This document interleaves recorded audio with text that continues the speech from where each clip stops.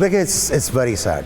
और शुएब अख्तर का अपना स्टेचर है पाकिस्तान क्रिकेट में, उन्होंने बहुत ज़बरदस्त तरीके से पाकिस्तान क्रिकेट को सर्व किया है और अभी भी सर्व कर रहे हैं। और ठीक है, Shoaib Akhtar is an aggressive sort of a personality, लेकिन एंकर का काम होता है कि अपने शो को कंट्रोल करें, और एंकर का काम होता है कि उसने गेस्ट से ज़्यादा जो निकालना है और ख़ुद उसने काम रहना होता है, ख़ुद अपना टेम्पर नहीं लूज़ करना।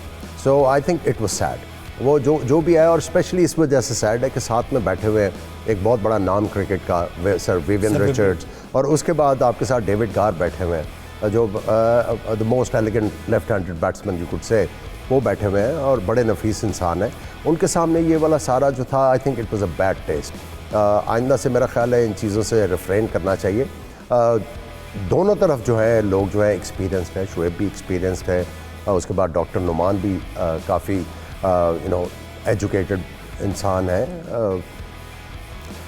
उठना बैठना उनको आता है। और ये जो सारा एपिसोड हुआ है it's not right. Abdul Gaffar, आप क्या राय रखते हैं कि आप स्पोर्ट्स जर्नलिस्ट हैं, सहाफ़ती नज़र से आप कैसा देखते हैं कि कल के वाक़े को लेकर जिस तरह इंडिया के अंदर तूफ़ान बदतमीज़ी बरपा है, बातें हो रही हैं पाकिस्तान के नेशनल टीवी चैनल के ऊपर, उसके एंकर के ऊपर, इससे कैसा तासुर जाता है? देखिए, आमिर भाई बिल्कुल ठीक कह रहे थे कि बतौर एंकर आपकी जिम्मेदारी होती है। मैं खुद भी अपना शो कंडक्ट करता हूँ डेली, तो यही हमारा मेन जॉब होता है कि हम अपने तमाम जो शो के मामलात हैं, रन डाउन है, गेस्ट से बात करना है, जितने मामलात हैं वो बड़ी प्रोफेशनली हैंडल कर लें। और ऐसी सिचुएशन पर सबसे पहले होस्ट को सबसे पहले जो है ना काम डाउन होना पड़ता है, क्योंकि एक्चुअली वो कहते हैं ना कैप्टन ऑफ द शिप, वो उस चीज़ को कंट्रोल करता है। मुझे समझ नहीं आई कि इतनी ज़्यादा बात कैसे बढ़ गई, क्योंकि मैंने भी टू बी ऑनेस्ट कल अपने शो में बिजी था। फिर मैच के बाद आपको पता है हम सब एनालिसिस अपने अपने शोज़ कर रहे होते हैं। मैंने कहीं रात गए जाके तब ये देखा, तो मुझे अंदाज़ा हुआ कि हमारे सोशल मीडिया वाले अब आपको पता है ज़्यादा एक्टिव होते हैं, हमसे ज़्यादा फैंस चीज़ें पहले ढूंढ के ले आते हैं। और मुझे भी ट्विटर पे जो है ना वो इन्हीं लोगों से देख के फिर पता चलता है कि अच्छा वहाँ कुछ हो गया है। अब मुझे ये लगता है कि आमिर भाई को भी बहुत अच्छी तरह पता है कि डॉक्टर नुमान नियाज़ बड़े रिस्पेक्टेड हैं, बहुत पुराने गरीब बात है पाकिस्तान टीम के साथ टूर किए हुए, पीसीबी के साथ वाबस्ता रहे हैं। शुएब अख्तर हमारे लेजेंड हैं। आमिर सेल की कैप्टनसी में पहली मरतबा उन्होंने आउटस्टैंडिंग परफॉर्मेंस की थी और साउथ अफ्रीका के खिलाफ पाकिस्तान को मैच जितवाया था। मुझे पता नहीं ऐसा क्यों फील हो रहा है कि दो दोस्त जब पुराने हो ना 30 साल के ऑन स्क्रीन चले, उनकी रिस्पॉन्सिबिलिटी बहुत ज़्यादा थी। इसमें कोई शक ही नहीं है कि जो कुछ हुआ है ये बहुत गलत हुआ है। और मुझे ये कहने में भी कोई मतलब आर नहीं है कि नुमान नियाज़ साहब को अपने होस्ट को ज़्यादा रिस्पेक्ट देनी चाहिए थी। वो उनके गेस्ट थे, वो साबिक क्रिकेटर हैं पाकिस्तान के हीरो हैं। आप किसी को अपने शो में बुलाकर ये नहीं कह सकते कि अब आप चले जाएं। इस तरह की कोई बात हुई थी। आप क्या समझते हैं, क्या शुएब अख्तर के पास कोई और ऑप्शन था? ब्रेक पे गए, ब्रेक से वापस आए और उन्होंने कहा कि मैं क्विट करता हूं और रिजाइन करता हूं पीटीवी से। क्या आपको लगता है कि उनके पास कोई और ऑप्शन भी था? लेकिन शुएब ने जिस तरह बात की, अब उनके दिल में क्या था वो तो शुएब ही जानते हैं, या उस ब्रेक के दौरान क्या हुआ ये भी जाहिर बात है हम तो वहाँ मौजूद नहीं थे। बट जो मैंने ऑन स्क्रीन चीज़ देखी उससे मुझे ये जरूर फील हुआ कि शुएब ने अपोलोजाइज किया, क्योंकि जैसे आमिर भाई भी कह रहे हैं कि सर विव रिचर्ड्स, डेविड गावर ये बहुत कदावर शख्सियात हैं। हम तो पाकिस्तान में जब ये आए हैं इनको देख के खुश होते हैं कि इनकी बात सुनने का मौका मिल जाए।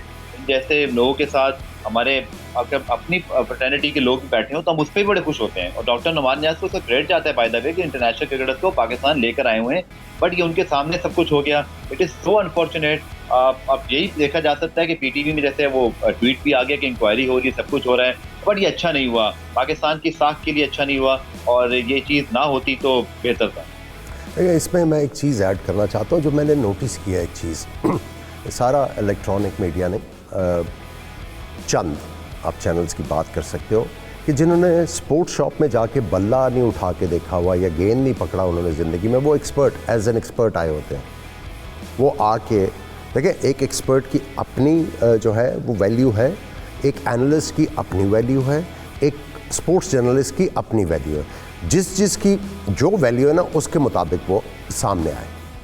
इम्पर्सनेट वो क्या कहते हैं, वो मैं एक वर्ड यूज़ करता हूँ, वो मैं नहीं करना चाह रहा, टीवी के ऊपर बैठ के आप वो जो अपनी लिमिट है उसमें रहे, यानी अपनी अपनी डोमेन में रहना चाहिए, इंटरफेरेंस नहीं करना चाहिए। जो क्रिकेट की एक्सपर्टी है, जो final points of the game है, जो चीज़ें जो है निटी ग्रिटीज़ हैं, जो क्रिकेटर समझ सकता है जिसने अंदर प्रेशर सिचुएशन को डील किया हुआ है, इंटरनेशनल क्रिकेट खेली हुई है, वो आपको ज़्यादा अच्छा पर्सपेक्टिव दे सकता है। आप लोगों की ये क्रिकेटर्स की बातें सुन के आके आप वो जो थोपना है अपनी जो एक्वायर्ड इंटेलिजेंस है वो मेरा ख्याल है बंद होनी चाहिए। हर किसी को अपनी लिमिट देखनी है। अब देखें, डॉक्टर नुमान की क्रिकेट जो हिस्ट्री की नॉलेज बहुत ज़्यादा है, ठीक है, क्रिकेट भी उन्होंने थोड़ी बहुत खेली होगी, लेकिन जब आप एंकरिंग कर रहे हैं तो आपने अपने आप को लिमिट करना है। आपने अपनी जो इंटेलिजेंस है उसको नहीं झाड़ना। आप अपने क्वेश्चन में अपनी इंटेलिजेंस जो है उसको शो कर दें, लेकिन जो उनके मुंह से अल्फाज निकलेंगे दे हैव द वैल्यू। मैं खुद बड़ा मोहतात हो रहा हूं। नहीं, आप देखिए, आप भी अपने लिमिट में रह रहे हैं ना, आप अपनी लिमिट में रह के सारा कुछ कर रहे हैं, एवरीथिंग इज गोइंग फाइन। अब आप आके ये कहना शुरू कर दें कि जी वो जरा फिंच है ਉਹਦੀ ਤੇ ਟੈਕਨੀਕ ਹੀ ਨਹੀਂ ਚੰਗੀ, ਉਹਦੀ ਤੇ ਲੱਤ ਇੱਧਰ ਜਾਂਦੀ, ਉਹਦੀ ਲੱਤ ਇੱਧਰ ਆਉਂਦੀ, ਉਹਦਾ ਬੱਲਾ ਇੱਧਰੋਂ ਆਉਂਦਾ है, तो बात ख़त्म होगी ना। आपको जो लोग देख रहे होंगे वो कहेंगे ये किधर जा रहे हैं अभी। सो हर किसी को अपनी डोमेन और अपनी लिमिटेशन में रहकर करना चाहिए। इससे पहले कि मैं मैचेस पे बात करूं, एक आखिरी सवाल इससे रिलेटेड, क्या आप ये समझते हैं कि डैमेज कंट्रोल किसी तरीके से हो सकता था? क्योंकि मसला तो अभी भी उसी जगह बरकरार है कि इतने बड़े स्टार्स के सामने जो गैर मुल्की भी बैठे हुए हैं, अपने मुल्क के भी वहाँ पे मौजूद हैं। आई थिंक ब्रेक में जब गए हैं तो उसी वक्त सॉर्ट आउट कर लेना चाहिए था। उसी वक्त एंकर का काम था, उसको रियलाइज़ हो जाना चाहिए था कि मेरे से गलती होगी, मैं शो कर रहा हूँ और मुझे ये नहीं कहना चाहिए था, because he was anchor at that time और उन्होंने शो को कंट्रोल करना है। अब ये देखें, लोग रिलक्टेंट होंगे उनके साथ बैठने के लिए। अब यार ये तो किसी टाइम भी आपको बेइज्जत कर सकता है, सो अब रिलक्टेंसी आएगी। उनको ब्रेक में इसको सॉर्ट आउट करना चाहिए था, अपोलोजाइज कर लेते, क्या फ़र्क पड़ता है भाई। इंसान बड़ा होता है, इंसान बड़ा होता है। गलती अगर आप एडमिट कर लो, वो बताता है कि आपका कैरेक्टर कितना स्ट्रांग है। ब्रेक में कर लेते सॉर्ट आउट।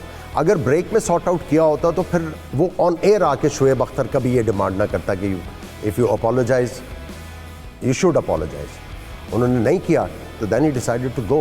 वहाँ पे भी उनको कंट्रोल करना चाहिए था। लेकिन अ पर्सन वॉकिंग आउट, अब देखें ये दोनों तरफ जो है ना वो प्रोफेशनलिज्म का फुकदान है। शोएब अख्तर की भी कमिटमेंट थी, उनको अपना शो पूरा करना चाहिए था। शो पूरा करने के बाद उनको जो है जो भी मसला है वो उसको करना चाहिए था। और अगर डॉक्टर नुमान को भी थोड़ा सा अपना कैरेक्टर शो करना चाहिए था। गलती मानने में कोई हर्ज नहीं होता।